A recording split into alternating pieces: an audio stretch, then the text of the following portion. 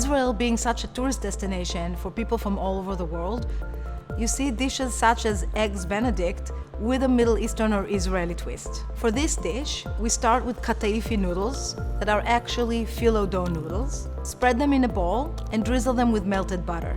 Season with a little salt and baharat spice mix. Put them in a muffin tin just to form little nests, gently pressing. Preheat oven to 450 degrees and bake the kataifi noodles until golden brown. Remove from the oven and hold. Prepare Knorr Hollandaise sauce following prep directions and season with sumac.